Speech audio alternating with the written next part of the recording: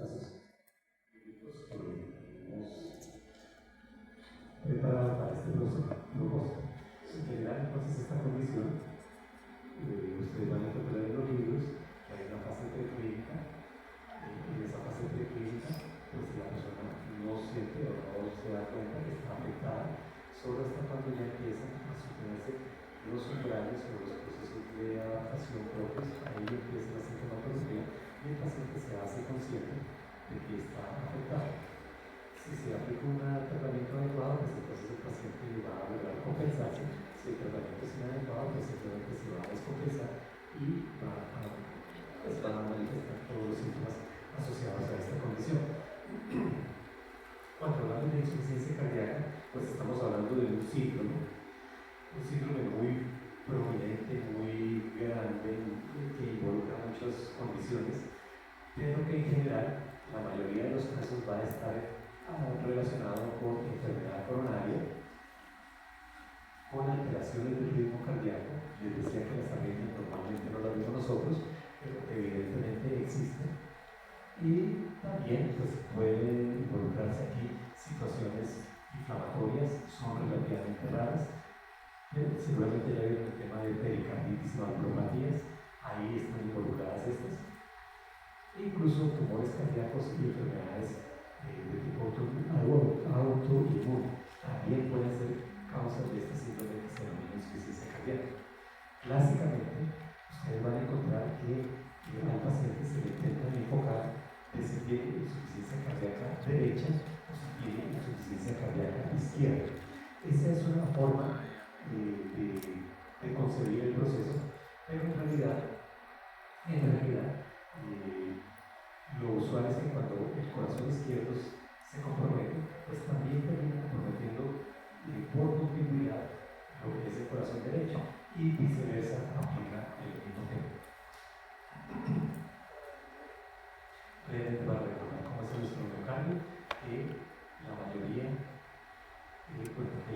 son células del tejido conjuntivo, fibroblastos, vasos sanguíneos y demás, tejido adiposo, y que los miocitos son más o menos la tercera parte de esa cantidad de células, pero que desde la perspectiva del volumen, pues los miocitos son los que más contribuyen a ese tamaño o a ese número, a ver el volumen cardíaco en toda su expresión. Esta diapositiva es importante porque nos recuerda cuáles son los determinantes del gasto cardíaco. Este gasto cardíaco, entonces, recordarlo brevemente, es producto del volumen sistólico multiplicado por la frecuencia cardíaca. Así que cualquier cosa que me afecte mi volumen sistólico, ya sea la recarga, ya sea la contractilidad o ya sea alteraciones en la poscarga, pues indudablemente me va a comprometer mi volumen minuto, mi volumen cardíaco. Y a su vez, cualquier cosa que me incremente o que me afecte la frecuencia cardíaca, ya sea por arriba o por abajo, pues va a tener un impacto sobre este volumen minuto o volumen cardíaco. Esto era para recordar entonces el impacto que tiene el clásico experimento del perrito que le liga la arteria coronaria y que luego se observa cómo el gasto cardíaco cae de este curva, cae a una curva muy inferior de la curva A a la curva B, pero que posteriormente empiezan una serie de recuperaciones en ese miocardio, producto de los fenómenos de adaptación de este miocardio. Esto pues es lo que ustedes estudiaron en el curso de fisiología cardiovascular. Definiciones de insuficiencia cardíaca, pues hay cualquier cantidad, muchachos. Cualquiera. Ahí le pongo esta, o les pongo esta, cualquiera de ellas está bien. Mi definición es bastante reduccionista. Se la voy a contar y ustedes la meditan a ver qué les parece. Para mí, el estado de insuficiencia cardíaca es cualquier situación que compromete el gasto cardíaco que requiere una persona. Eso es para mí insuficiencia cardíaca.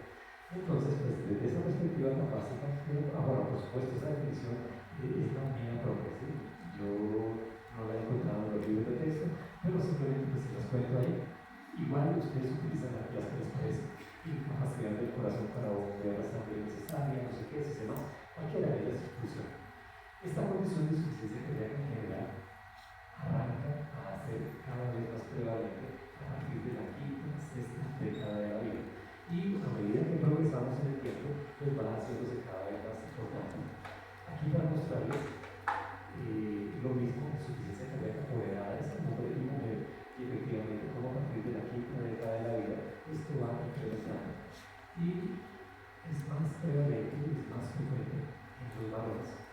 Pareciera que entonces las chicas, gracias a que tienen sus estrógenos, ellas están un poquito protegidas.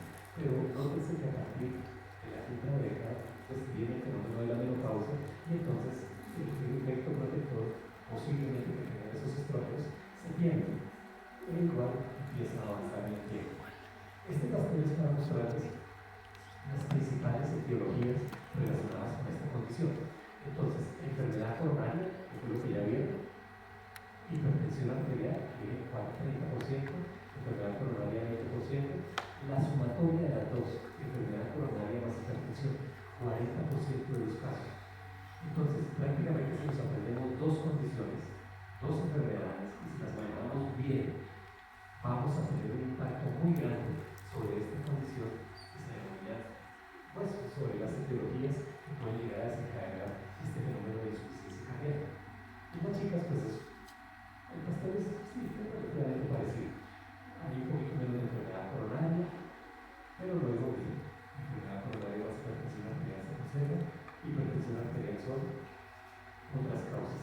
En otras causas, pues aquí aparece la enfermedad valvular reumática, las miopericarditis, la enfermedad de Chagas, bueno, todas estas cosas que seguramente ya vieron, pero lo más significativo en volumen y en frecuencia son estas dos entidades, enfermedad coronaria e hipertensión arterial, y la coexistencia de las dos, enfermedad coronaria más hipertensión arterial.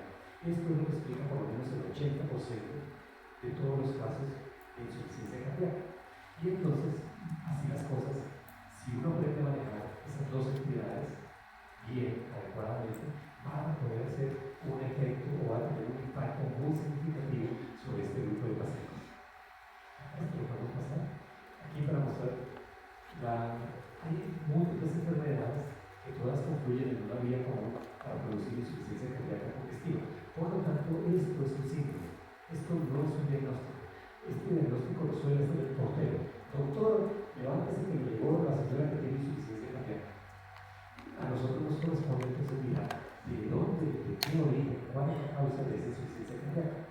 Es una enfermedad coronaria, es un fenómeno aterosclerótico, es una cardiopatía, es una enfermedad pericárdica o es una enfermedad congénita.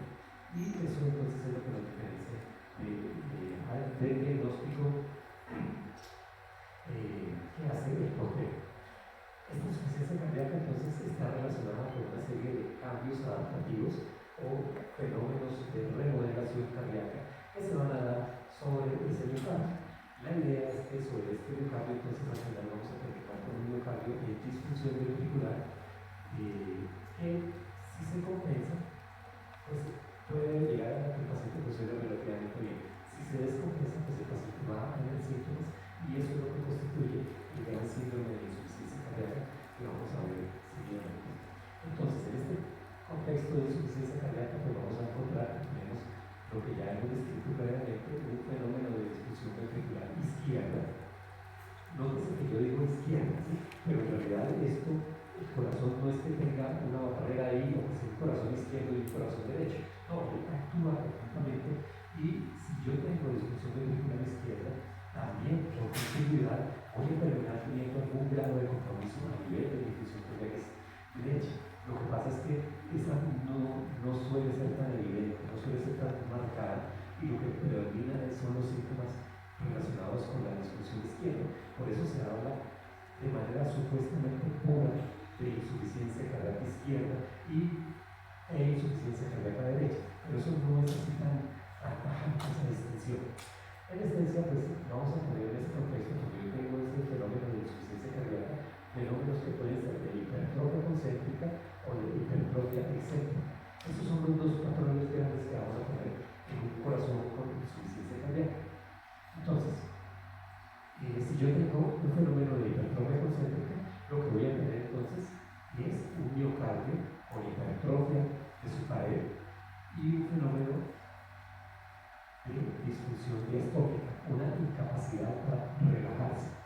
Cuando yo tengo una hipertrofia excéntrica, lo que voy a tener característicamente es un miocardio con un fenómeno que me imposibilita, que me dificulta la movilización o el fenómeno de la contractilidad y el impulso a la sangre. Si sin importar cuál de estos dos mecanismos sea, la idea es que esto al final termina produciendo una caída en el gasto cardíaco, y esa caída en el gasto cardíaco pues tiene efectos como la limitación del ABC del paciente en el día a día, en el arreglarse, en hacer las actividades que tiene pendientes, etc. Y eso es lo que conseguimos con insuficiencia cardíaca.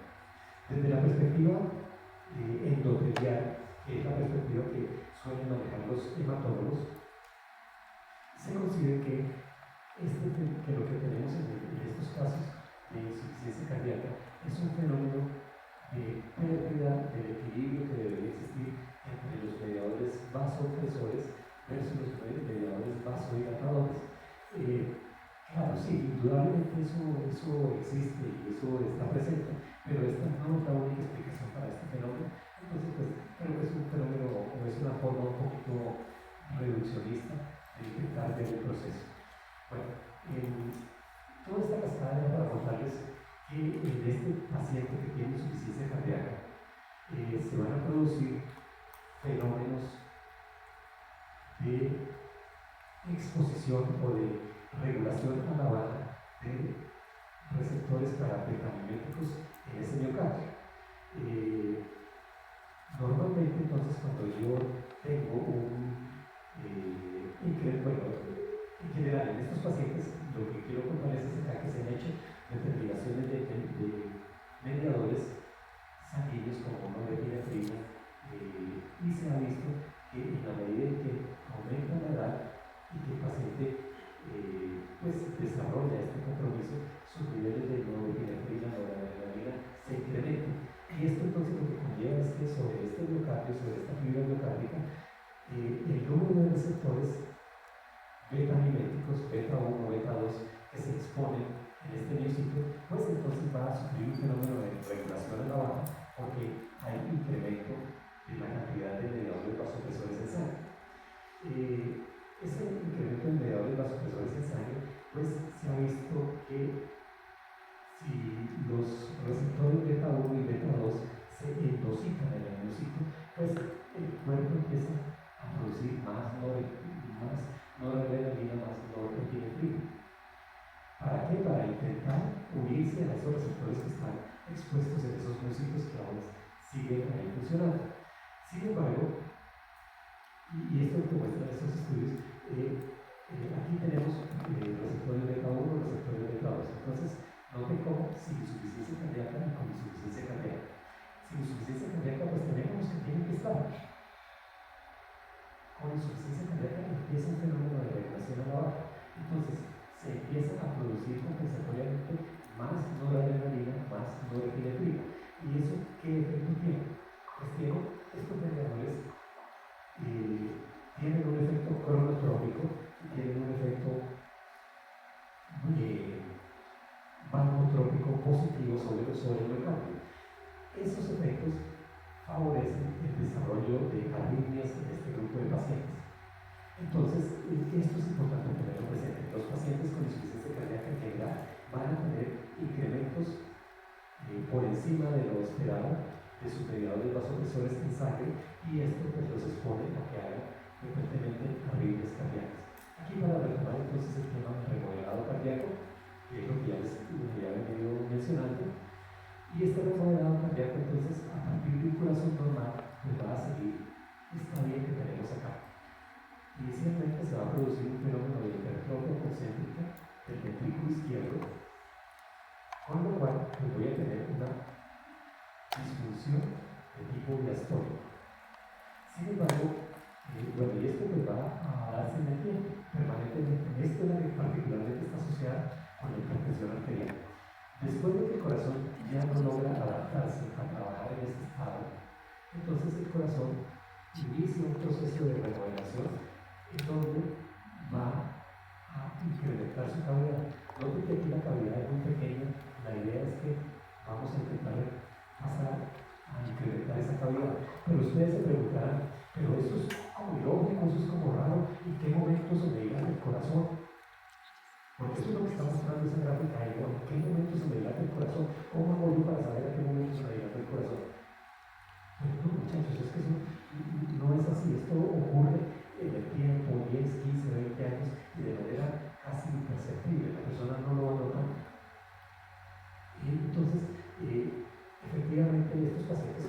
medicación, que no se cuidan, que no se toman la medicación, con el tiempo uno los va a encontrar 10 o 20 años después con un corazón muy dilatado como este. Pero ¿cómo se pasa de este corazón a este corazón? Pues esto no pasa de un día para otro, ni de 30 minutos que estaba con el corazón aquí todo agrandado, entonces a los 30 minutos siguientes voy a estar con un corazón completamente dilatado. No, no es así, muchachos. Esto es un fenómeno paulatino, insidioso, crónico en el tiempo, y finalmente lo que vamos a terminar es con este tipo de corazones. Ahora, entiendo, muchachos, que nadie en su sano juicio se le presta para, ay, si es que yo quiero ser sujeto de investigación y entonces yo quiero que usted me verifique si efectivamente arranqué con un corazón así y luego voy a terminar así. No, esto simplemente lo que hacemos es ver pacientes en la vida diaria, pacientes que están acá y pacientes que están acá, y simplemente pues, en el tiempo en algunos pacientes se ha podido hacer seguimiento ecocardiográfico y se ve cómo efectivamente el corazón inicia un fenómeno de remodelación que lo lleva a esos pacientes que están aquí intermedios a dilatarse y llegar a esto. Entonces, esto es difusión diastónica, esto es difusión sistólica. Aquí tengo dificultades para relajar el miocardio y para recibir suficiente volumen diastólico. Aquí tengo un volumen diastólico suficiente, pero tengo un miocardio capaz de movilizar.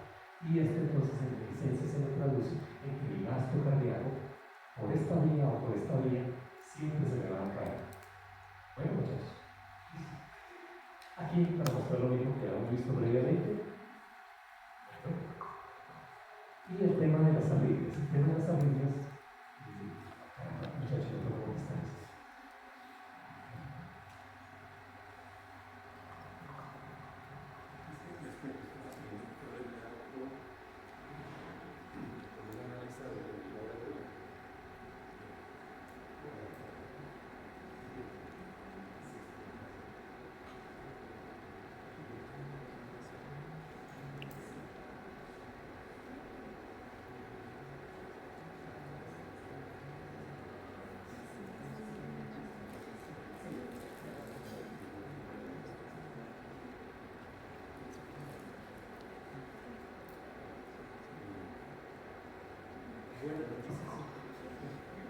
Buenas noticias. Entonces no era lo que yo me estaba imaginando, que el analizador no. Es decir, sigue las malas noticias porque estamos sin un aparato en el laboratorio y no lo han podido echar aquí.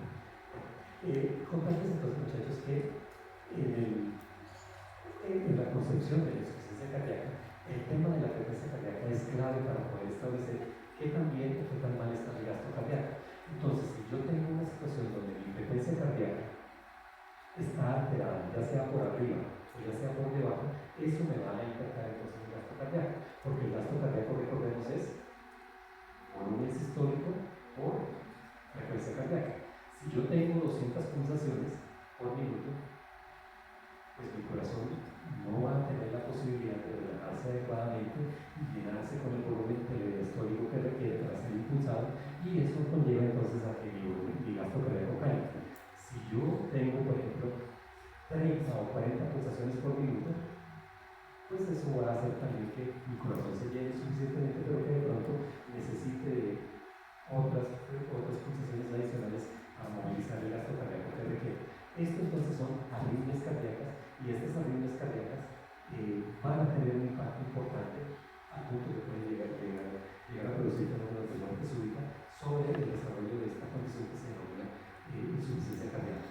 Por otro lado, les decía que el miocardio en estas condiciones está trabajando en un estado de hipoxia y en un estado de alteración metabólica, en donde pueden haber desarreglos de electrolitos, y esos desarreglos de electrolitos, hiponatremia, hipocalemia, pueden llegar a favorecer la generación de arritmias cardíacas. Por eso es importante tenerlo presente.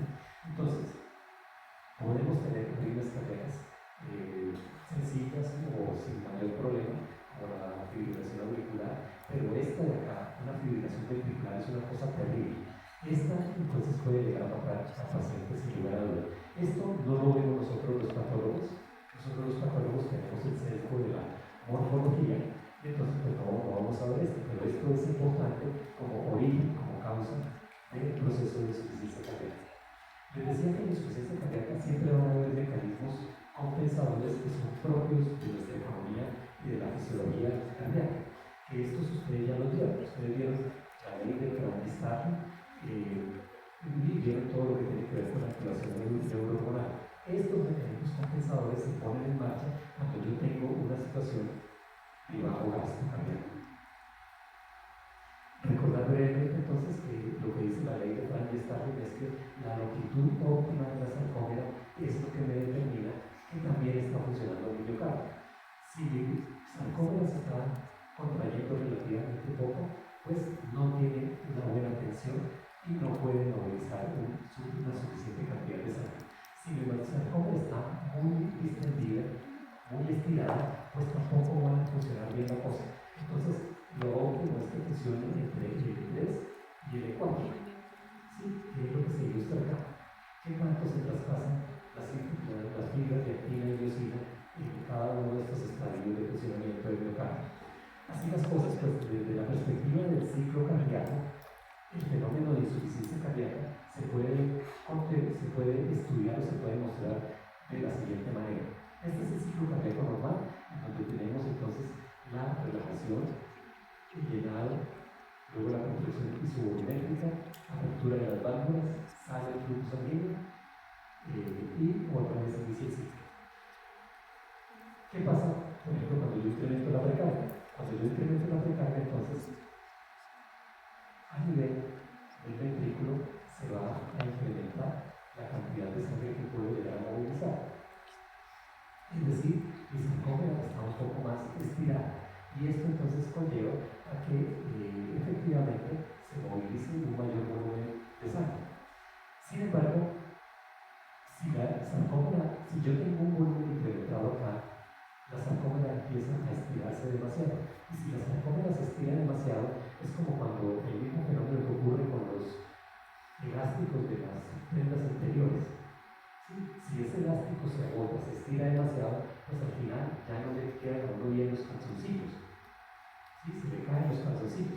Entonces, pues esto es lo que ocurre acá. Este fenómeno, entonces, cuando yo tengo demasiado estirada la fibra miocárdica, pues entonces voy a tener una insuficiencia cardíaca o un incremento en la precarga. La sarcómera está muy dilatada, muy estirada y no tiene la posibilidad de generar suficiente tensión para movilizar este volumen de sangre. Ese entonces es una insuficiencia cardíaca o incremento de precargas. Viene el otro paradigma, bueno, la otra forma de concebir la insuficiencia cardíaca. Aquí tenemos la normalidad en este pedacito. ¿Qué pasa si yo incremento entonces mis tensiones de apertura de las válvulas? Si mis válvulas se abren, qué sé yo, a 120 milímetros de mercurio para sacar la sangre, pues todo funciona bien. Pero si yo les paso a que se abran a 150, a 160, pues entonces se me incrementa la tensión. Es decir, se me está incrementando la presión arterial. Esto conlleva entonces a que este miocardio tenga que trabajar mucho más intensamente, tenga que hipertrofiarse para movilizar este fluido sanguíneo. Esto entonces es una insuficiencia cardíaca inducida por un incremento en la poscarga.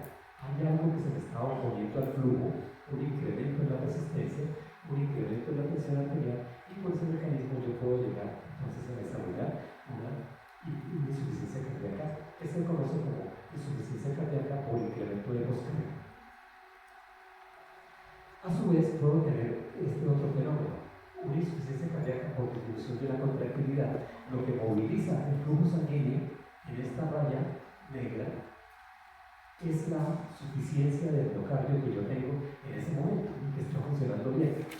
Si yo, por ejemplo, a este paciente que está en la rayita negra le meto una ampolla de adrenalina, pues inmediatamente ese corazón empieza a funcionar a todo y pasa a funcionar entonces aquí en la gráfica azul. Pero si yo a ese paciente no le meto una ampolla de adrenalina, sino que le coloco, por ejemplo, un calcio antagonista, o peor aún lo deprimo o le induzco un infarto, entonces lo que voy a ocurrir es que el miocardio restante que queda es el que puede movilizar la sangre que queda acá. Y eso entonces determina que haya una disminución de la contractilidad. Eso es lo que clásicamente ocurre en el caso del infarto agudo del miocardio. Bueno, en el caso del infarto del miocardio en general, pierdo masa que impulsar la sangre, y por ese mecanismo entonces voy a introducir un fenómeno de caída de la contractilidad cardíaca, y esto entonces determina el otro tipo de insuficiencia cardíaca, que es la de contractilidad disminuida. Y hay una más, que es esta que tenemos acá, en donde normalmente el corazón debería funcionar en la curva negra, pero por alguna circunstancia el corazón tiene algo que le impide que se relaje adecuadamente, y entonces no se relaja en este nivel de presiones de aquí abajo, sino que se relaja a un nivel de presiones superiores, porque hay algo que está infiltrando el miocardio, qué sé yo, una enfermedad por amiloidosis, una infiltración leucémica del miocardio, un linfoma, alguna cosa de esas, y entonces el corazón no puede relajarse suficientemente bien, por lo tanto trabaja en este estado. Conclusión, estamos movilizando una cantidad de líquido inferior al que debería movilizar, que sería el de la curva negra. Por eso entonces esto lo vamos a llamar insuficiencia cardíaca por una disminución de la distensibilidad miocárdica. Este mecanismo entonces es característico, por ejemplo, de una enfermedad que se rara, que se llama infiltración o infiltración por material amiloide o amiloidosis cardíaca, o también, por ejemplo, de las infiltraciones leucémicas del miocardio. Esto es una forma de concebir la insuficiencia cardíaca desde la perspectiva del ciclo cardíaco. Esa perspectiva del ciclo cardíaco es una perspectiva académica. Usualmente ustedes en la vida práctica no van a encontrar estos cuatro paradigmas o estas cuatro formas de ver la insuficiencia cardíaca que les acabo de mostrar.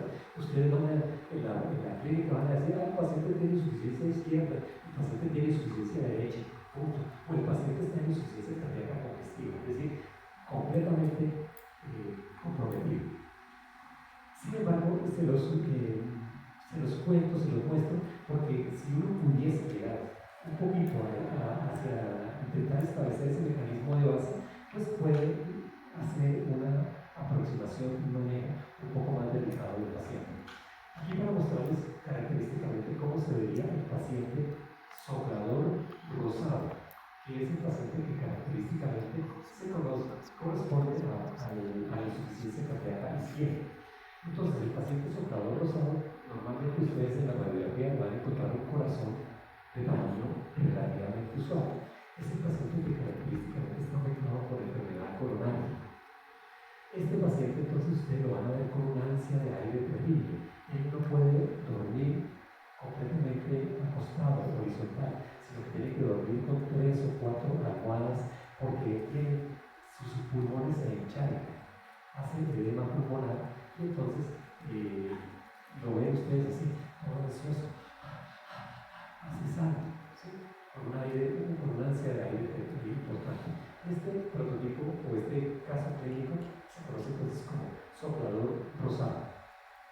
Este entonces es característica del paciente con insuficiencia cardíaca izquierda. Y este que tenemos acá, este otro paciente, que ustedes lo ven ahí todo rechoncho, todo abotagado, de hecho se llama paciente abotagado azul. Azul porque ustedes lo van a ver en los labios y lo van a encontrar cianótico, lo van a ver cianosis en los lóbulos de las orejas, cianosis en las puntas de los dedos, cianosis en los dedos de los pies, en los pies incluso, y lo van a ver así todo relleno, todo encharcado, todo edematizado. Este es el otro prototipo del paciente con insuficiencia cardíaca de predominio derecho. El anterior era insuficiencia cardíaca de predominio izquierdo, y este es paciente con insuficiencia cardíaca de predominio derecho. Entonces, ¿qué pasa en este paciente? La sangre no puede llegar al corazón y se queda remanzada particularmente en el hígado. Entonces, cuando ustedes le tratan el hígado a este paciente, sí, es una patología respiratoria que también se relaciona con los síntomas que están presentes tanto la cardíaca como la respiratoria, o puede estar combinado. Bueno, entonces, compañero, muy buena su pregunta. Decirles que aquí estamos haciendo un abordaje, estamos como cuando disecamos ranas allá en el colegio, ¿no? Sacamos pedacitos por aquí y por allá. Aquí estamos haciendo lo mismo con el paciente. En realidad, no debería ser así, y yo les incito y les conmigo que cuando ustedes vean a sus pacientes lo vean de forma integral. Aquí estoy sacando o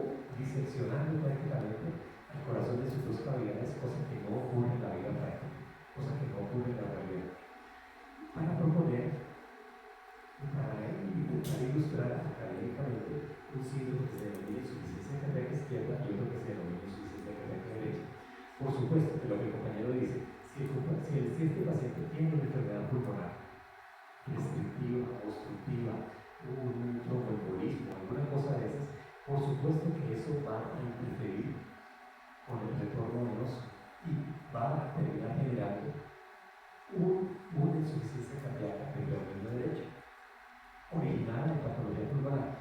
Eso es lo que se conoce en los libros, en lo que ustedes van a encontrar en los libros, como corazón pulmonar o coro pulmonar. Aquí, bueno, gracias porque ya pudimos hacer la aclaración, aquí pues lo estamos viendo separado, ¿sí? Pero en realidad la cosa de esto es integral. Y efectivamente en este paciente pues nos toca estudiar y excluir que no tenga una enfermedad pulmonar de base. ¿Sí? En este caso, entonces lo que tenemos es un estado de encharcamiento, de aborregamiento de este paciente. Esto lo vemos perfectamente cuando le hacemos la palpación y el edema que deja fobia, deja un hueco ahí cuando uno toca al paciente. El hígado va a estar muy congestivo, muy agrandado. Este paciente, las venas del cuello van a estar ingurgitadas, distendidas y van a tener todo esto que les decía de la cianosis periférica y la cianosis acral. Este paciente entonces es el prototipo de la insuficiencia cardíaca derecha y ese se conoce entonces como abocagado azul. Característicamente este paciente va a tener un corazón, es como el corazón de un bovino, se llama corazón bovino, un corazón enorme, ¿sí? Grandísimo. Entonces cuando ustedes hacen el índice cardíaco, es decir, viven desde acá, desde la aurícula derecha hasta el ápex, da una longitud X y luego toman la longitud de todos los campos pulmonares y hacen ese índice, esto les va a dar por encima de 0,5. ¿Sí? Entonces es un corazón, es un paciente que este es uno de los criterios que se utilizan para establecer si este paciente tiene insuficiencia cardíaca y de qué predominio es. Entonces, predominio derecho característicamente, predominio izquierdo es insuficiencia cardíaca. Bueno, pero el paciente pues en general la mayoría de las veces tiene ambos componentes. Sí, compañero. En el caso de la carditis izquierda, a pesar de que el paciente pueda estar en una hipertrofia excéntrica, igual el índice cardiológico no. Por eso lo que disminuye en esa hipertrofia es el tamaño del ventrículo. Es el volumen del diastólico lo que se le compromete. Los corazones suelen ser normales en este caso. Ahora, este paciente seguramente va a ser tener una enfermedad coronaria, alguna cosa de esas, lo más frecuente. Aquí están, estos son muy importantes, sí, compañero. En la diapositiva anterior, en la de corazón en la parte izquierda, está afectado principalmente la precardia. En este precarga y poscarga, ¿no? Entonces, pues analizamos, ¿no? Si el paciente tiene hipertensión, si tiene enfermedad coronaria, lo más probable es que tenga imposibilidad para movilizar adecuadamente el volumen de sangre que tiene. Si tiene hipertensión arterial, pues va a tener incremento de las presiones, entonces va a tener seguramente hipertrofia concéntrica en el ventrículo izquierdo, disminución del volumen diastólico, etc. Entonces, pues bueno, eso es lo que acaba de encontrar ahí. Estos son factores desencadenantes de la insuficiencia cardíaca. Esto es supremamente importante tenerlos presentes porque no son la causa de la enfermedad. Bueno, sí, no son la causa de la enfermedad en general. Muchas veces simplemente están ahí y lo que pasa es que el paciente no se tomó la medicación, que es lo que suele ocurrir. Puede ser una arritmia cardíaca, particularmente la más frecuente es la fibrilación auricular, la dieta, entonces no asume la dieta, se descontrola la dieta, factores ambientales, tratamiento inadecuado, infecciones, entonces el paciente hace una amigdalitis, una neumonía, esto le puede descompensar su insuficiencia cardíaca y todos estos que tenemos ahí debajo menos frecuentes. Van a encontrar en los libros que hay clasificaciones para esta enfermedad. Entonces ustedes van a encontrar varios tipos o varios abordajes. En realidad solamente se les pongo a título informativo, ustedes miran en la clínica cuál les convence más, pero en esencia todas son suficientemente, son como muy parecidas todas. La clase funcional es relativamente fácil de usar porque ustedes le preguntan al paciente, ¿y usted se alcanza a subir la escalera para llegar a su apartamento? ¿O cuántas cuadras alcanza a caminar usted sin cansarse? O bien, o usted si puede ponerse la ropa, puede asearse. Hay personas que no lo logran.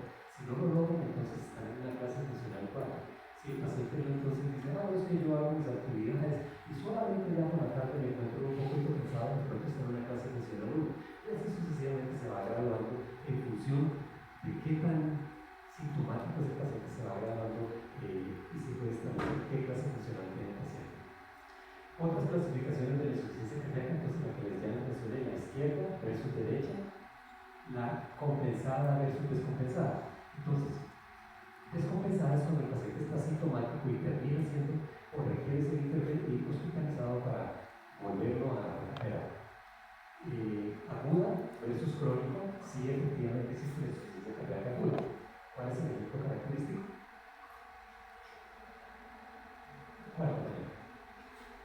Shock, shock hipovolémico, shock cardiogénico, shock cardiogénico, sí, eso, muy bien. Shock cardiogénico, producto, por ejemplo, de un infarto agudo de miocardio. Eso es insuficiencia cardíaca aguda. Suele ser, pues claro, sí, normalmente sus pacientes terminan en urgencias, se suben a la UCI, se les provoca su valor de contrapulsación, etc. Y entonces, pues eso se compensa ahí. Crónica es la que solemos ver con más frecuencia. Y luego viene el concepto de insuficiencia cardíaca congestiva. Congestiva es cuando tenemos una mezcla de los dos tipos de compromiso, tanto izquierdo como derecho. Entonces el paciente está completamente comprometido en sus dos cámaras cardíacas. Entonces aquí para mostrarles un miocardio, que uno diría, uy, qué fantasía el miocardio, no es una fantasía el miocardio, porque este miocardio, cuando se ve al microscopio, observen cómo tiene de sustancia intracelular, de matriz extracelular, y esta matriz extracelular pues interfiere, por ejemplo, con los fenómenos de conducción cardíaca que deberían darse, los fenómenos de despolarización y repolarización cardíaca que deberían darse adecuadamente. Entre más matriz extracelular tenga esos fenómenos adecuados y deseables para el adecuado funcionamiento cardíaco no se da por esta matriz extracelular, y esto entonces interfiere con la conducción cardíaca normal.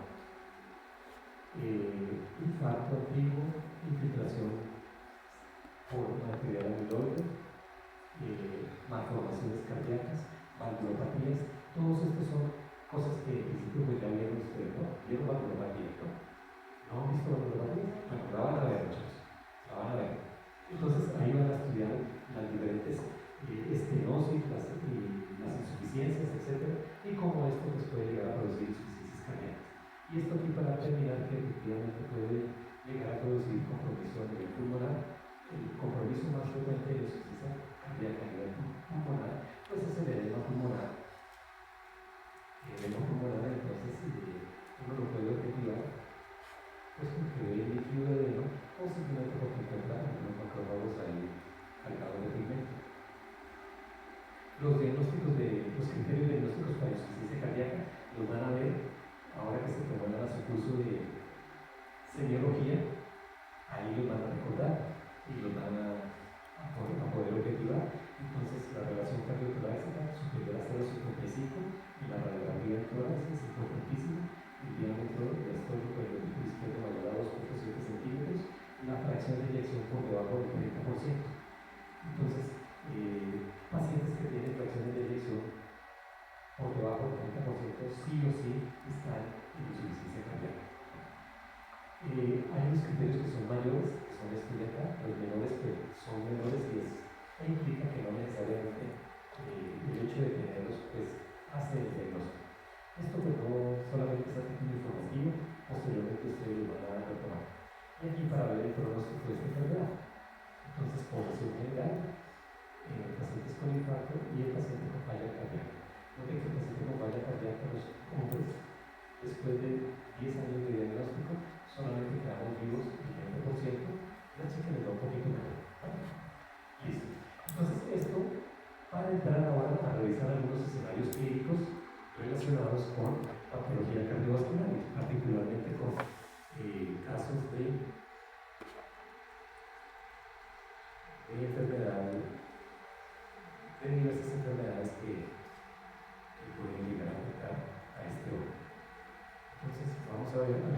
casos. A ver qué jugo les podemos sacar. Entonces, primer caso. Les he puesto el título del caso para guiar un poquito más la discusión, pero pues el título no necesariamente puede que tenga que ver explícitamente con lo que se está planteando en el caso. Entonces, son historias clínicas muy concretas, muy pequeñitas, y la idea es que ustedes me ayuden a crear este caso, a analizar. Hombre de 63 años. ¿Será eso un factor de riesgo? Exacto, ¿no? Factor de riesgo, varón, que tenga más de 60 años, transportista, vamos a ir conductor de bus, dice aquí tabaquista, debe ser, y dislipémico.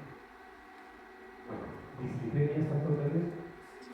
Exacto, ¿no? Dislipemia es factor de riesgo, tabaquismo es factor de riesgo, también es factor de riesgo. Entonces, este hombre, así como está, dice que por lo menos le hemos identificado 4 factores de riesgo. Presenta un cuadro de dolor torácico opresivo de 60 minutos de duración. ¿Hay un límite para 20 minutos? ¿Sí? ¿Está todo de acuerdo? Por ejemplo, si aquí en este momento me agarra un dolor, yo me preocupo a partir de cuándo. ¿A partir de los 20? A los 20 puede que ya haya daño, ¿no? Entonces, en general, yo me debo preocupar desde el momento en que me empezó el dolor. ¿Sí? Bueno, en este paciente, la glicemia, 160 miligramos por decilitro. ¿Cómo les parece? Anormal, ¿no es cierto? Entonces, tiene ya por lo menos 5 factores de riesgo. Este paciente, en principio, es diabético. Y hay una cosa que es importante tener presente con los diabéticos. Los diabéticos, ellos hacen neuropatía periférica. Entonces, ojo con los dolores precordiales en los diabéticos. Van a ser siempre dolores atípicos. No es el característico dolor antidepresivo que se le irradia al cuello, que se me irradia al miembro superior, que me siento morir, que me da disnea, que me da sudoración. No es ese tipo de dolor. Ellos pueden tener dolores que son menos marcados, menos evidentes. Y el dolor tiene además otro componente particular, y es que los umbrales para el dolor son diferentes en cada uno de nosotros. Entonces, hay personas que el más mínimo estímulo lo pueden llegar a percibir como muy doloroso. Hay personas que, por el contrario, soportan el dolor sin mayor dificultad.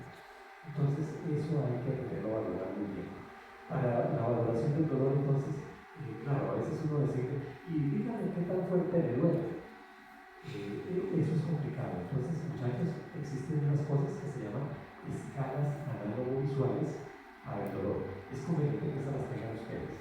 Bueno, aprovecho para decirles que en el hospital universitario, en la página web, donde si ustedes ingresan al área de investigación, van a encontrar un programa que se llama, una serie de iniciativas que hemos venido desarrollando que se llaman ECRES. Son estándares clínicos basados en evidencia. En esos papers que están publicados en esa página, les invito a que los descarguen todos. Son de libre acceso. Que los revisen, y particularmente el que se denomina de insuficiencia cardíaca. También hay uno de infarto agudo de miocardio, hay diferentes papers ahí. Son condiciones que hemos venido estandarizando a lo largo del tiempo para intentar hacer que el ejercicio de la medicina sea lo menos subjetivo, lo menos variable posible. Entonces, esa es una invitación, un material muy bueno que hemos venido desarrollando, y están disponibles, muchachos. Bueno, este paciente entonces dice 160 miligramos por decilitro. Le hacen troponina, 17 nanogramos por mililitro. El valor de referencia dice que es de 0.04. Entonces, ¿qué concluimos de este paciente?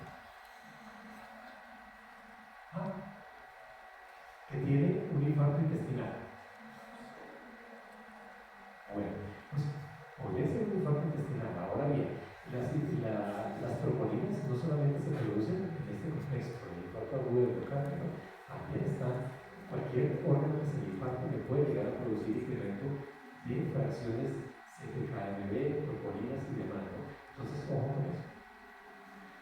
efectivamente, entonces este paciente tiene un síndrome coronario agudo. ¿Qué quiere decir síndrome coronario? Bueno, síndrome, una constelación de signos y síntomas que me están indicando que algo anda mal. Bueno, coronario, que depende entonces de las arterias coronarias. Y en este caso, pues, ¿cuántas arterias coronarias tenemos, muchachos?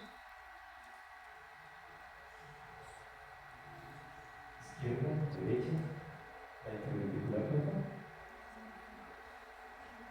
¿No? ¿No cuenta la interventricular? Bueno, son raras, que ya eso. Muy bien. Efectivamente, entonces a este paciente, dado que tiene la sospecha de un síndrome coronario, ¿qué nos toca hacer? Pues para comprobar el diagnóstico. Bueno, ya comprobamos el diagnóstico. Si tiene un infarto, bueno, sí, hay que hacerle un electrocardiograma. Muy bien, compañeros, sí. Exacto. ¿Qué esperaremos encontrar en ese electrocardiograma? Un problema en la conductividad, sí. Específicamente, la presencia de, dado que tiene lesión celular, seguramente vamos a encontrar una onda especial que se llama la banda Q. ¿Sí? La onda Q en el electro. Y adicionalmente esperaremos encontrar unos supradesniveles en el segmento ST del electrocardiograma, ¿no? Entonces, esas son cosas que vamos a buscar en ese paciente. Por supuesto, a este paciente, como el dolor es muy intenso, pues hay que darle un tratamiento para ese dolor. El tratamiento para ese dolor usualmente suele ser morfina. Es un analgésico muy potente que le quita ese dolor al paciente. Por supuesto, hay que hospitalizarlo, ponerlo en la UCI, hacerle todo el apoyo ventilatorio, todo el apoyo cardíaco que requiere y demás. También hay que identificar cuál coronaria se le tapó. Se le ha podido tapar entonces a la izquierda, a la derecha o alguna de las ramas. Dependiendo de eso, entonces hay que entrar. Dado que este paciente consulta relativamente pronto, 60 minutos, pues a este paciente hay que llevarlo inmediatamente a la unidad hemodinamia para hacerle entonces pruebas de hemodinamia y mirar cuál de esos vasos se está tapando. Y si logramos eventualmente ingresar a retirar lo que está generando el taponamiento de esa arteria. Eso se hace entonces mediante un cateterismo cardíaco, se ingresa, se sigue toda la vasculatura y se verifica dónde está, y con eso entonces vamos a mirar qué encontramos. Entonces aquí estamos ilustrando ondas Q, ¿sí? Ondas Q, miren, y el supradesnivel del ST, supradesnivel del ST. Entonces, efectivamente, esto nos comprueba que este paciente tiene esa lesión. Y aquí estaremos viendo, entonces aquí estaría el qué vaso coronaria izquierda, descendente, anterior, ¿no? Listo. Y vemos que hay entonces un acúmulo de placa aterosclerótica. Sobre estos acúmulos de placa, pues se puede llegar a producir, bueno, por sí la placa aterosclerótica está generando un fenómeno de obstrucción al flujo. Si esta placa se complica, ¿cuáles son las complicaciones de la placa, muchachos? Se trombosa, se fisura o se rompe. ¿Cuál más? Embolismo, sí, claro, entonces se desprende un fragmento de la placa y se va y tapona un paso más abajo, sí, correcto. O peor aún, cuando no se puede volver, ¿no? Sí, no se puede volver. Listo. Entonces, embolismos, ¿qué otra cosa? De complicaciones de la placa, ulceración, ¿me dijeron? ¿Las placas se pueden ulcerar? Bueno, eso, listo. ¿Qué constituye una placa? Aterosclerótica. Colesterol, muy bien. Tiene un núcleo de colesterol. ¿Qué más tiene? Tiene macrófagos, sí. Tiene linfocitos. Sí, tiene linfocitos. Fibrina tiene, claro, sí. Entonces se expone el colágeno, se activa la vía de la cascada de la coagulación por la vía intrínseca y se deposita fibrina sobre ellos, sí.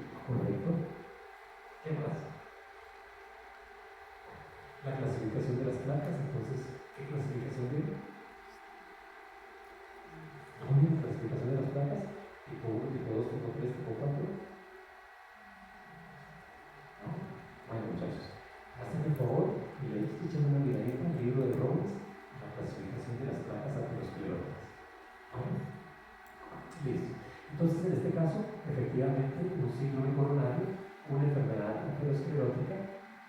Recuerden que esto es de las causas más frecuentes de insuficiencia cardíaca. Insuficiencia cardíaca de forma aguda o insuficiencia cardíaca de forma crónica después de 10 o 20 años de haber ocurrido un evento cardíaco. Siguiente caso. Hombre, joven, fumador. Dice que consulta por un síncope. Estaba en bipedestación y sintió que empezó a sudar a frío, que se le bajó la presión, como dicen las señoras, uy, doctor, es que se me bajó la presión. ¿Sí? Entonces empieza a sudar a frío, siente náuseas, siente malestar, siente sensación de vaído y ¡pum! Al piso. Listo. Precedido de un cuadro catarral y fiebre. Entonces él dice, uy, sí, hace como 3 o 4 días me sentí con fiebre, me sentí con malestar, tuve esto. Dice, nueva pérdida de conocimiento en urgencias. Es decir, la cosa sí parece que es grave. Ahora, ¿qué puede producir un síncope?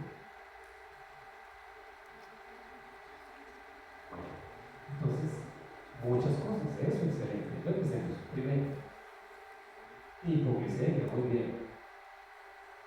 Hipotensión, sí, exacto, se bajó la presión, efectivamente. ¿Qué más?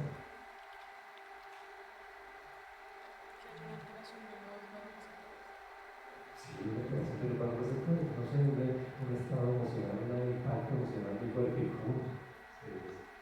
una alteración en la conducción cardíaca, unas anómalos tipo 20 vamos. ¿Sí vieron esos? Las anómalos tipo 20 vamos. Entonces tiene que ser analógico, si no es eso es muy inquietante. Bueno, en el sistema de conducción cardíaca, pues normalmente está el nódulo atrial, luego nódulo ventricular, luego sigue toda, y algunas personas pueden tener o podemos tener tractos anómalos, que hacen como pasadizos, que entonces se pasa desde el nódulo atrial hacia el miocardio, sin pasar por el nódulo intermedio. Esos son haces anómalos, y hay varios tipos de esos haces anómalos. Esos también pueden llegar en un momento determinado a producir síncopes. Bueno, otra posibilidad para el síncope, que el paciente haya tenido una crisis convulsiva de tipo ausencia. Entonces se quedó así, mirando así de repente, ¿no? Esos son crisis convulsivas. Entonces todo eso hay que tenerlo dentro del diagnóstico diferencial. Así que, pues en este caso, el diagnóstico diferencial para este paciente es amplio. Vamos a ver qué más hicieron. Le diagnosticaron o le objetivaron que tenía fiebre. Eso es fiebre, ¿verdad? Mucha o poquita. Bueno, y le hicieron para ese tipo de diagnóstico y dice que tenía linfocitosis. El ecocardiograma dice que fue normal.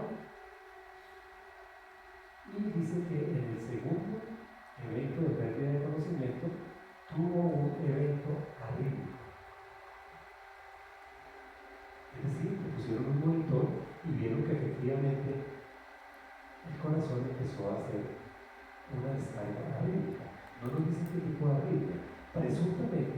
Presuntamente sería una taquicardia de origen supraventricular.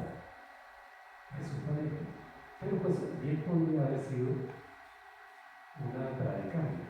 ¿Será que las bradiarritmias, bueno, la bradicardia es una bradiarritmia, entonces existen taquiarritmias y bradiarritmias? Son arritmias todas. Lo normal del ciclo cardíaco es que sea el número de pulsaciones que normalmente debemos tener. Que sé yo, entre 60, 90, bueno, 120, dependiendo de la actividad. Entonces, este paciente efectivamente tiene algo que le está, como dicen los españoles, fastidiando su miocardio. ¿Y qué podría hacer eso que esté fastidiando su miocardio? Bueno, pues hay muchas posibilidades, ¿no? Este antecedente acá de fiebre y estado catarral previo puede ser importante. ¿Por qué? Virus, exacto. Algunos virus pueden llegar llegar a producir algunos problemas cardíacos. ¿Qué tipo de problemas? Miocarditis, pericarditis, sí, correcto. Esa es una muy buena posibilidad. Entonces, efectivamente, este paciente podría tener alguna de esas condiciones.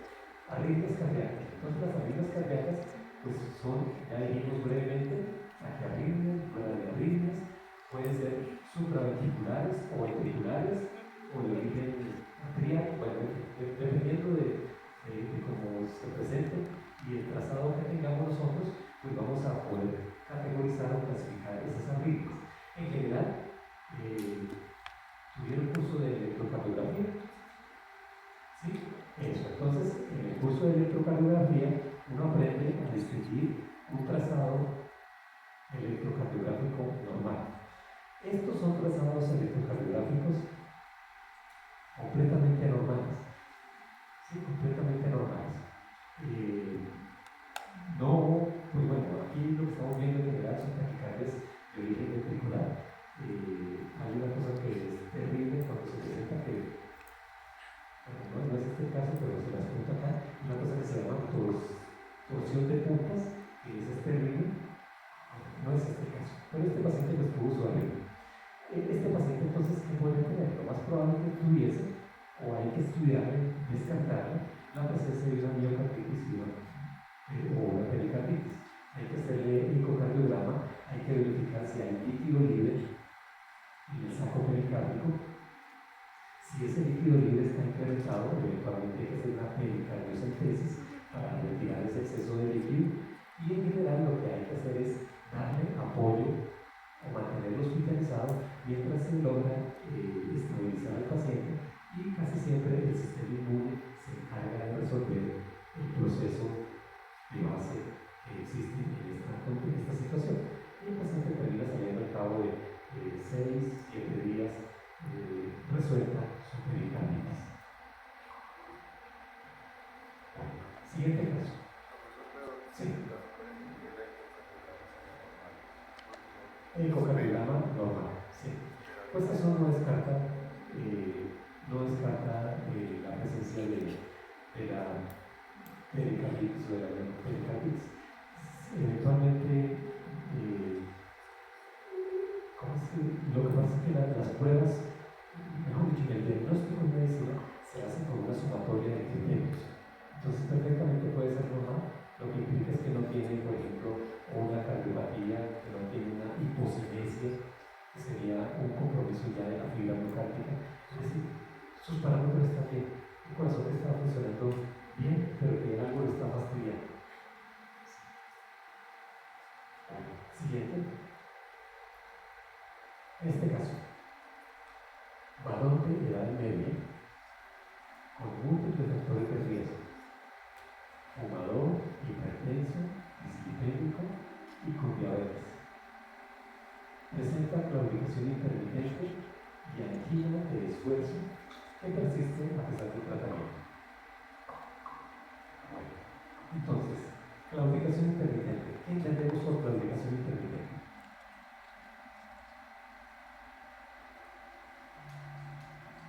¿No? Bueno, entonces, exacto. Entonces, la idea es que cualquier parte de nuestro cuerpo pues debe estar irrigada e inervada. Es lo que seguramente les dijeron en anatomía, que todo nuestro cuerpo siempre va a tener el acrónimo VAN en cualquier parte de nuestro cuerpo. Vena, arteria, nervio. Eso siempre va a estar en cualquier parte de nuestro cuerpo. Si yo tengo un paciente que tiene estos factores de riesgo, dislipemia, diabetes, hipertensión, fumador, este paciente con toda certeza va a tener la formación de placa de ateroma en algunas partes de su cuerpo. ¿Cuáles son los sitios más frecuentes donde se suele formar la placa de ateroma? Aorto ilíaca, ese es uno de los sitios frecuentes. Extremidades, sí, exacto, correcto. Callado, aorta, ahí también se pueden formar placas de ateroma, vasos coronarios, vasos carotídeos, eso ahí también se van a formar bacteria braquial, también se puede formar en esa localización, placas de ateroma. Y más si es un paciente con esos factores de riesgo, que no ha tenido de pronto un adecuado control, por lo que sea. Presenta claudicación interna. Entonces lo que significa eso es que el paciente tiene un proceso obstructivo por una placa de ateroma, quizá en su arteria ilíaca o quizá en la tibial o alguna de sus brazos, que le limita el flujo sanguíneo a esa extremidad.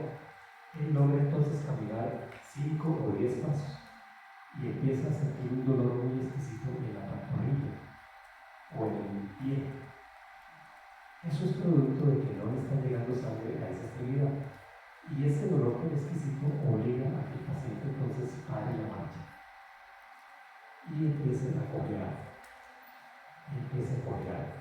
Si quiere seguir movilizándose. A eso se le conoce como claudicación intermitente. Angina de esfuerzo. ¿Qué significa angina? Dolor en el pecho. Dolor asociado con el esfuerzo. Ese dolor asociado con el esfuerzo pues es el que característicamente vamos a encontrar en la enfermedad coronaria, porque entre más actividad haga, más exigencia del flujo sanguíneo voy a tener para mantener la actividad. Entonces este es el dolor coronario típico. Por supuesto que existe el dolor coronario atípico o la angina que no está asociada con el esfuerzo y que también pues tiene de base puede estar relacionada con enfermedad coronaria. ¿Sí? Pero lo usual es que si la angina está relacionada con el esfuerzo, implica que este paciente entonces tiene compromiso coronario.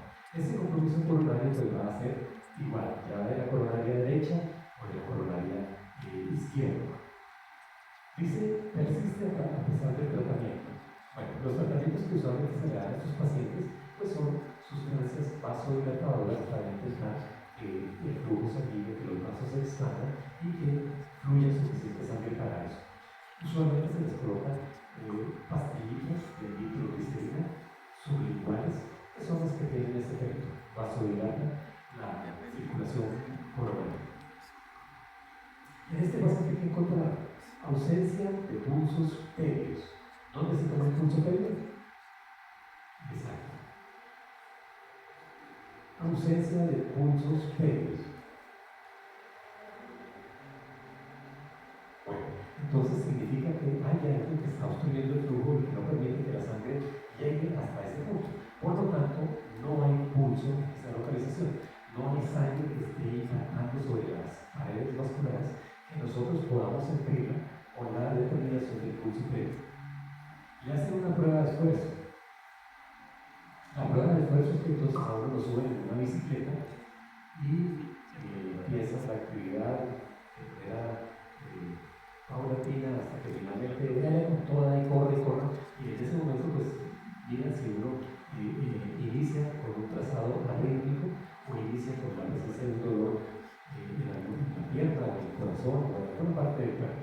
En este caso fue positiva la prueba, lo que significa que ese paciente efectivamente tiene isquemia y le hacen una coronariografía. En la coronariografía le encuentran una enfermedad de 3 vasos. Descendente anterior, compromiso del 70%, circunfleja, compromiso del 70% y coronaria derecha, compromiso del 90%. Así las cosas, pues efectivamente este paciente tiene placas de ateroma que están comprometiéndole su circulación y por lo tanto pues hacen ese diagnóstico.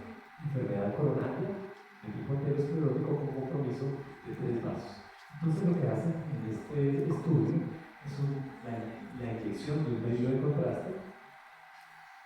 En ese medio de contraste pues se enfrenta o se difunde por la vasculatura y empezamos entonces a mirar en dónde hay obstrucciones a ese flujo, ¿sí? Donde el vaso empieza a disminuir su calibre. Donde el vaso empieza a disminuir su calibre, pues ahí está la obstrucción y se empieza a cuantificar en función de qué tan importante es en relación con el trayecto no obstruido. Y y de ahí salen esos porcentajes. Si el compromiso es muy severo, pues entonces hay que hacerle a este paciente generalmente un proceso de revascularización miocárdica. Este proceso de revascularización miocárdica se hace mediante trayectos vasculares que se obtienen del mismo paciente. Entonces se obtiene vena safena del paciente y se reemplazan trayectos fluidos, y es muy prominente, por esa vena safena. Son los famosos puentes coronarios. La otra alternativa es mediante un catéter y mediante un dispositivo especial colocarle lo que el compañero dice, un stent coronario, un tubito o una armazón de un metal que se inyecta dentro del vaso, es decir, se mete allá dentro del vaso, se mete dentro del vaso que está obstruido, él entra, luego se expande, comprime la placa de ateroma y regulariza o normaliza el flujo cardíaco. Eso entonces es lo que se haría en este grupo de pacientes. Una señora dice con disnea súbita, pérdida de conocimiento y signos de trabajo respiratorio, es decir, está entonces taquipneica o polipneica, tensión arterial elevada, no nos dicen cuánto. Pero esta paciente entonces tiene tensión arterial elevada y tiene pérdida de conocimiento, pues ya tiene lesión en un órgano diano. Ese órgano diano pues es el cerebro. Así que en ese sentido podríamos estar ante un estado o ante una urgente emergencia hipertensiva. No nos dicen cuánto fue la presión arterial que tuvo esta señora, pero pues, bueno, podríamos concluir eso. Le hacen un ecocardiograma, una torácico. Dice que el ventrículo izquierdo está hipertrófico, entonces si está hipertrófico, efectivamente ya decimos tiene cardiopatía hipertensiva y es una hipertrofia de tipo concéntrico. Entonces, sí o sí tiene cardiopatía hipertensiva. La fracción de eyección está en el 67%. Es decir, está bien. Signos de disfunción diastólica, con presiones de llenado elevado. Efectivamente, esta paciente tiene entonces una disfunción de tipo diastólico. El diagnóstico aquí en este caso sería una cardiopatía hipertensiva con una fracción de eyección preservada. Entonces, fíjense, muchachos, lo interesante. El hecho de que yo tenga una fracción de eyección preservada no me vacuna o no quiere decir que yo no tenga un compromiso de miocardio. Entonces aquí vemos el ventrículo izquierdo engrosada las paredes. Bueno, aquí pues quería decir, muchachos, que la ecocardiografía es un estudio dinámico. Y aquí yo estoy buscando una fotografía, ¿no? Entonces esto ya de entrada pues, es un exabrupto. Lo ideal sería mostrar un video donde se viera cómo se va viendo este proceso. Por cuestiones tocamos para una fotografía. Entonces se ve el engrosamiento de las paredes ventriculares, se ve el ventrículo izquierdo, aurícula izquierda, y lo que vamos a encontrar en este caso es una hipertrofia concéntrica de este ventrículo izquierdo, lo que implica que entonces vamos a tener un fenómeno de hipermodulación cardíaca.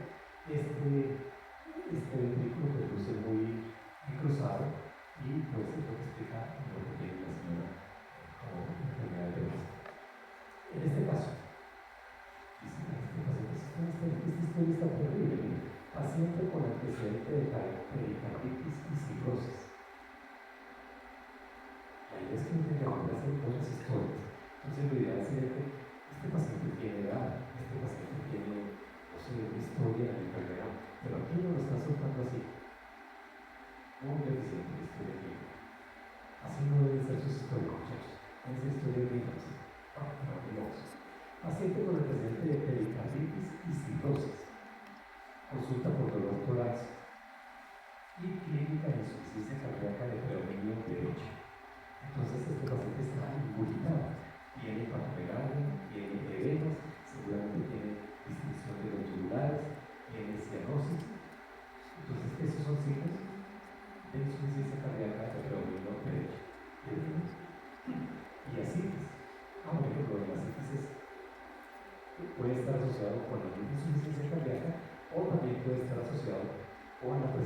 cirrosis. De hecho, muchachos, hay una condición que se denomina cirrosis cardíaca.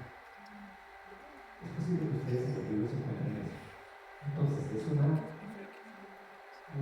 cuadro de cirrosis que se origina no de una enfermedad hepática, sino por una condición cardíaca, en este caso, una insuficiencia cardíaca. Le hacen radiografía del tórax, le encuentran una calcificación pericárdica, le hacen determinación de pértido atrial diurético, dice que está ahí, como normal, un poco elevado, y un taquicardia, gran calcificación del pericardio.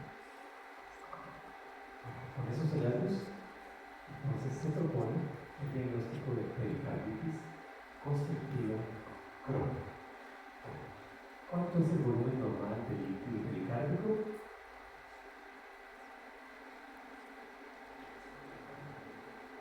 30, 40, 50, 100,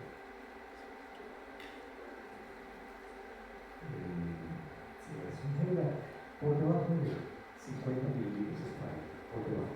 Entonces, seguramente este paciente debe de tener, vamos a mirar cómo está su pericardio, debe de tener este pericardio que parece una bola, parece una bolita, y adentro que se está educando. Seguramente aquí pues hay un incremento por arriba de 100 mililitros o más de este líquido pericárdico. Cuando ese líquido pericárdico está demasiado incrementado, pues hay que hacer entonces una evacuación pericárdica, y lo que se hace pues, es introducir una aguja y sacar el exceso de líquido pericárdico. Esto se puede objetivar o clínicamente se objetiva con la radiografía, nos ayuda porque nos muestra que el saco pericárdico luce redondito. Entonces eso es un signo de que este paciente pues, tiene algo que está ocupando ese saco pericárdico, y eso que está ocupando generalmente suele ser líquido. Bueno, entonces si tenemos ese saco pericárdico así relativamente redondito, pues hay algo que lo está ocupando en ese espacio. Y la otra prueba que hacemos para intentar acercarnos a este diagnóstico y confirmarlo, pues es hacer un ecocardiograma. Entonces, dado que hay incremento de líquido acá, en esta cavidad pericárdica, la longitud de los complejos PQRS disminuye, o se ven complejos PQRS disminuidos de tamaño. Esa es otra clave que nos permite entonces decir que este paciente está con una pericarditis. ¿Qué se hace con esta pericarditis? Pues bueno, intentamos sacar lo que hay ahí. Intentamos establecer cuál es el agente etiológico. Si son virus, normalmente no hay que hacer nada. Si es una bacteria, entonces amerita dar un tratamiento antibiótico, entonces se retira el líquido, se manda a cultivar, se verifica si crece o no algo, dependiendo del microorganismo que crezca, entonces se realiza un antibiograma y se le da tratamiento a este paciente. Muchas veces hay que darles entonces un catéter o una sonda ahí para evacuar el exceso de líquido que se está produciendo, y finalmente pues, el paciente termina saliendo sin mayor dificultad. Siguiente caso. Anemia por déficit de hierro en insuficiencia cardíaca. Hombre de 65 años que es ingresado por insuficiencia cardíaca descompensada. Clase funcional 3 de la New York Heart Association. Bueno, significa entonces que este señor puede a lo sumo caminar media cuadra y ya está que no puede más. Que seguramente puede colocarse puede bañarse, puede asearse en el día a día, colocarse su ropa y termina cansado con esa actividad que hace.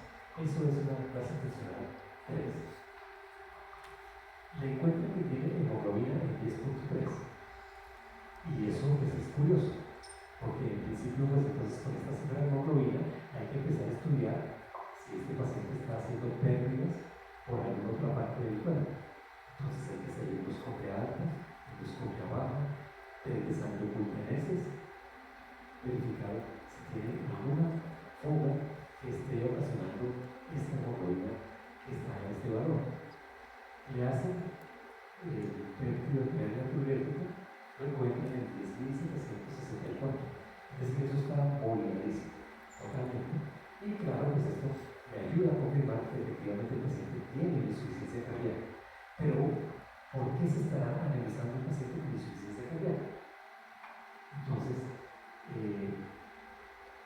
Estos pacientes con insuficiencia cardíaca se ha visto que la anemia puede ser de origen nutricional,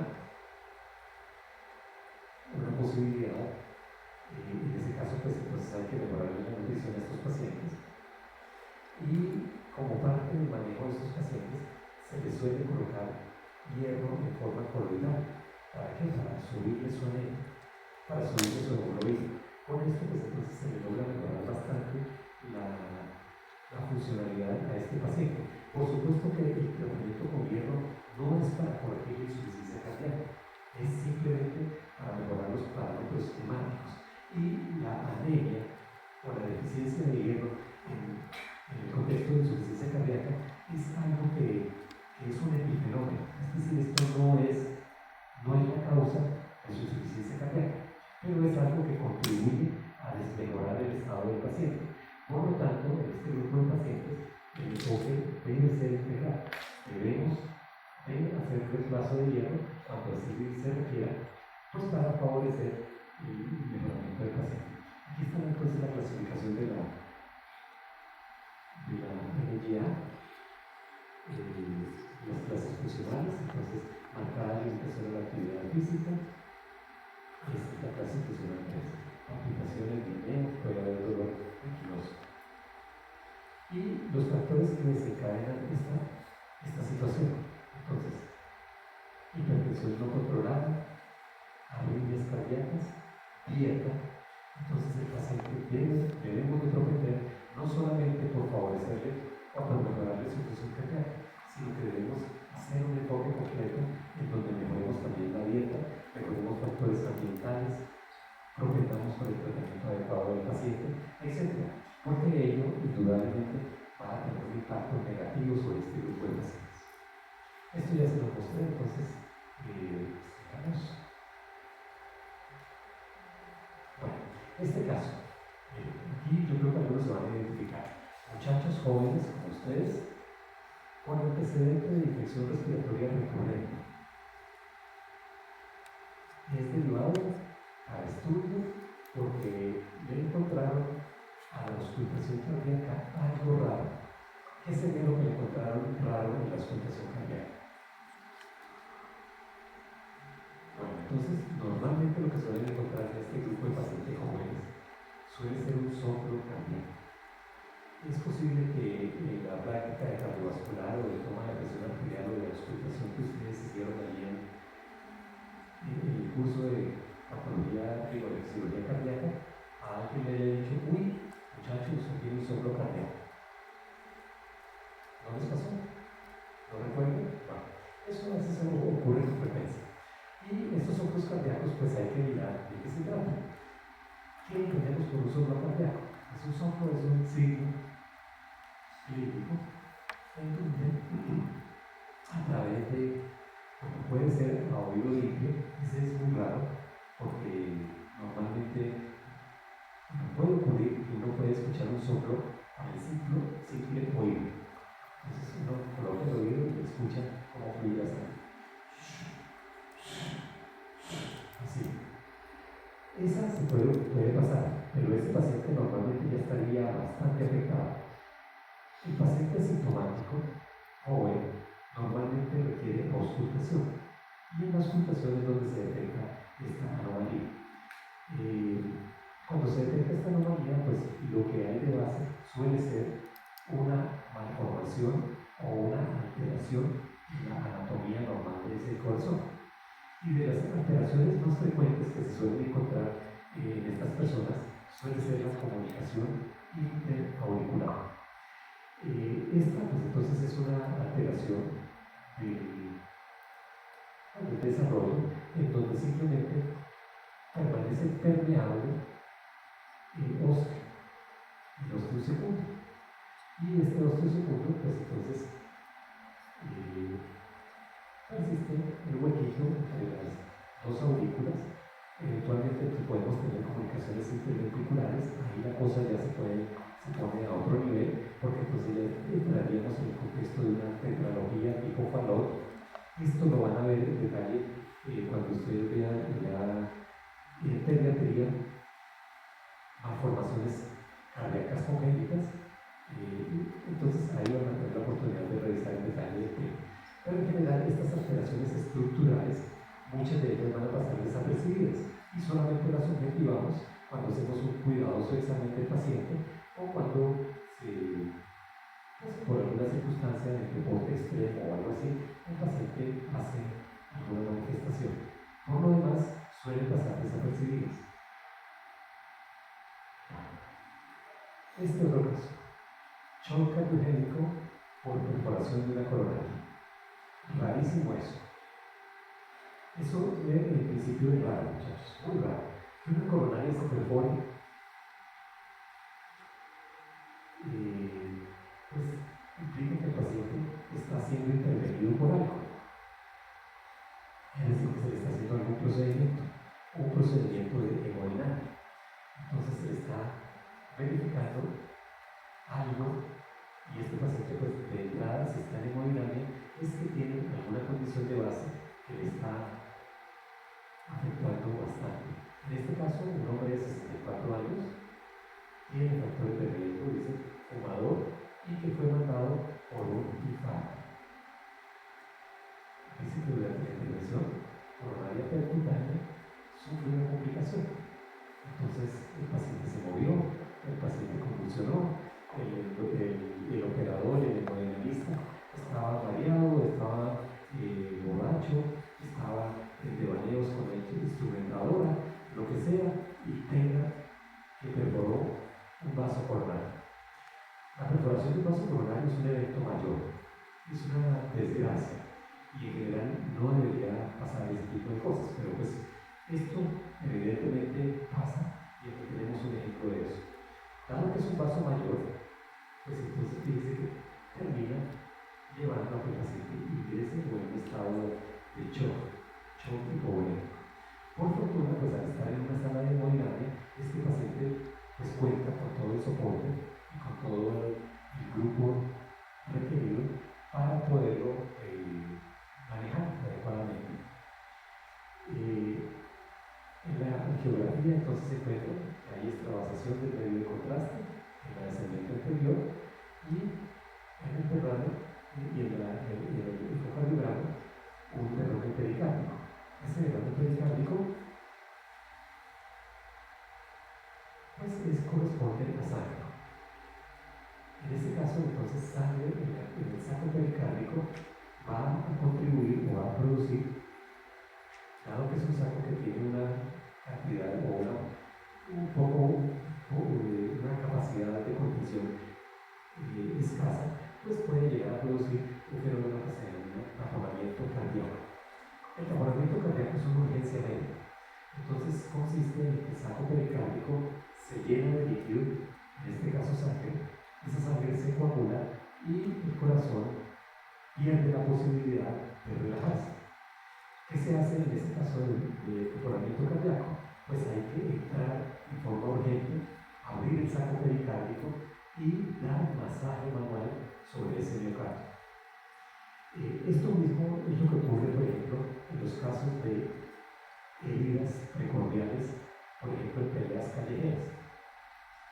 Entonces, que dos habitantes de la calle se agarran una puñal, entonces levantan el puñal, le entra e inmediatamente el paciente ingresa se raya el saco pericárdico, se llena de sangre y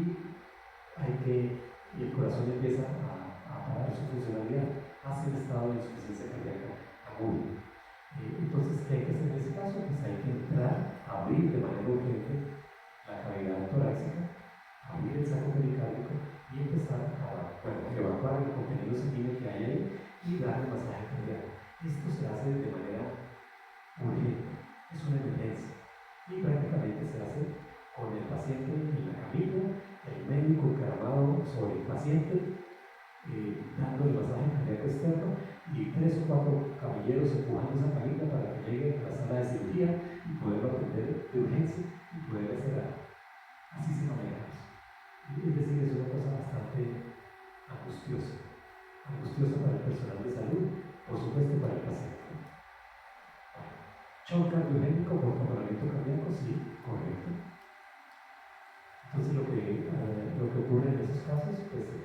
estaba haciendo el cateterismo, se estaba revisando ya la vasculatura, por alguna circunstancia algo pasó y entonces se rompió el vaso coronal. Esto entonces termina llenando el saco pericárdico de sangre y ese saco pericárdico lleno de sangre pues no permite el ciclo cardíaco normal y el paciente pues va a fallecer si no se maneja rápidamente. Siguiente caso. Un varón de 52 años, igual con factores de riesgo, hipertensión arterial, lipidemia, dice, presenta evento vascular agudo en la retina del ojo derecho. Evento vascular agudo en la retina del ojo derecho. Es decir, el paciente estaba haciendo sus actividades, fue al médico, quizá estaba, por ejemplo, viendo al microscopio un caso y de repente deja de ver por uno de los ojos. Entonces hay algo que se impactó, algo que impulsó, algo que ocurrió de manera rápida y que generó ese trastorno. Pérdida de la agudeza visual, efectivamente, angiografía con fluorescente, oclusiones de las ramas venosas y arteriales, signos de retinopatía hipertensiva. Entonces, ¿qué vamos a ver? En estos pacientes que tienen hipertensión arterial, vamos a encontrar la presencia de exudados blanquecinos en la retina. Esto ya es completamente anormal y indica que hay algún compromiso de este órgano de origen vascular. Este es uno de los datos que van a encontrar ustedes. Entonces, hay que aprender a diagnosticarlo y se diagnostica con una herramienta muy sencilla que es la evaluación del fondo de ojo. El otro hallazgo que característicamente van a encontrar ustedes en estos pacientes van a ser los vasos retinianos que parecen sacabocados, que parecen sacacorchos. Entonces, esto implica que este paciente tiene lesión en la musculatura a ese nivel. Esos hallazgos entonces son fáciles de ver y se pueden objetivar con un simple fondo de ojo. Por lo tanto, forma parte de la evaluación que se debe hacer al paciente afectado de hipertensión arterial un buen fondo de ojo. Un buen fondo de ojo para verificar si hay estas lesiones y poder tomar conductas sobre ellas. Este otro caso ya es un poco más raro. Dice Juan, arteritis de Takayasu. ¿Se las contaron? ¿No se las contaron? Bueno, entonces el arteritis de Takayasu pues es un trastorno de tipo autoinmune, generalmente en chicas, y en este caso asociado con una hipertensión arterial severa.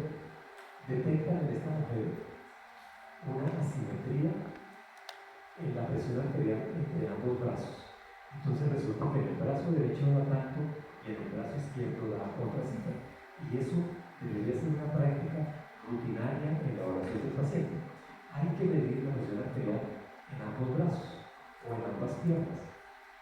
¿Por qué? Porque eso nos puede llegar a ayudar a detectar condiciones como esta. Compromisos arteriales, compromisos de la vasculatura por ciertas enfermedades como la arteritis de Takayasu.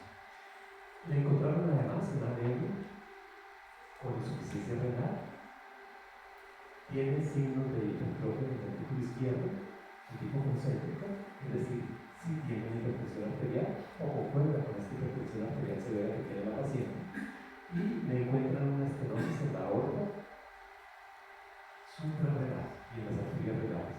Con eso entonces hacen el diagnóstico de arteritis de Takayasu. Lo que ven, o lo que se ve en estos pacientes, entonces son vasitos sanguíneos en donde hay alteraciones en la morfología normal, en el diámetro normal de esos vasos. Esto entonces nos permite llegar a hacer ese diagnóstico. Pero fíjense que una prueba tan sencilla como medir la presión arterial en forma simétrica en ambos brazos es una buena práctica que ayuda eventualmente a detectar estas condiciones. Entonces, veríamos adelgazamientos en los vasos sanguíneos. Nótese que aquí pues esto excluye, pues primero es excluir la presencia de placas de ateroma. Si se excluye eso, pues entonces seguramente la causa de esto sea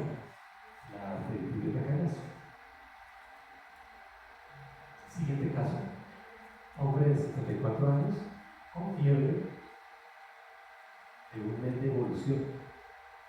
Él tiene un antecedente interesante, y es que este señor le hicieron una uretrocistoscopia previamente.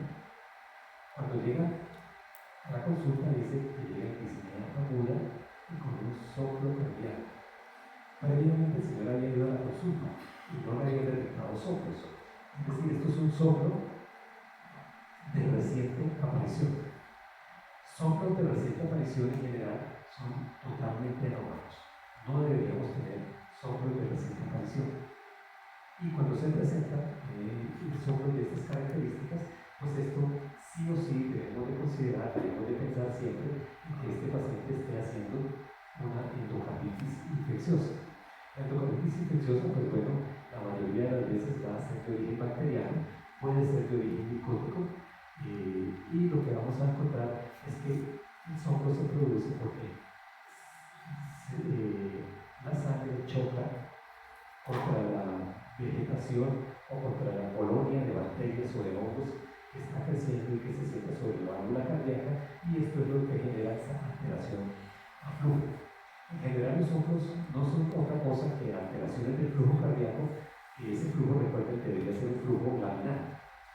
Entonces, dado que hay algo que está ocupando espacio, que está generando una irregularidad dentro de la cavidad cardíaca, pues se produce ese flujo anómalo, ese flujo anormal, y eso entonces es lo que termina generando ese soplo de reciente aparición. En este caso, el agente etiológico es un hongo, Candida glabrata. Sin embargo, la mayoría de las endocarditis suele ser de origen bacteriano por microorganismos que no suelen ser de baja virulencia. Y lo que vamos a ver en las ecografías, en las ecocardiogramas, suelen ser válvulas cardíacas que tienen como nodulaciones o que tienen irregularidades en su superficie. Esas irregularidades, pues evidentemente son mucho mejor verlas en los estudios dinámicos, donde se ven como las válvulas se cierran y se abren, y se observa encima la presencia de la vegetación. Pues en estos casos, el paciente debe ser hospitalizado, se le debe tratar con los antibióticos que se requieren. Eventualmente, si el compromiso de la válvula es muy importante, si hay, por ejemplo, una estenosis o una insuficiencia valvular muy marcada, pues este paciente sería candidato, después de que se haga su tratamiento antibiótico, a un reemplazo valvular. Bueno, y creo que esto es el último caso que tengo. Bueno, hasta acá, muchachos.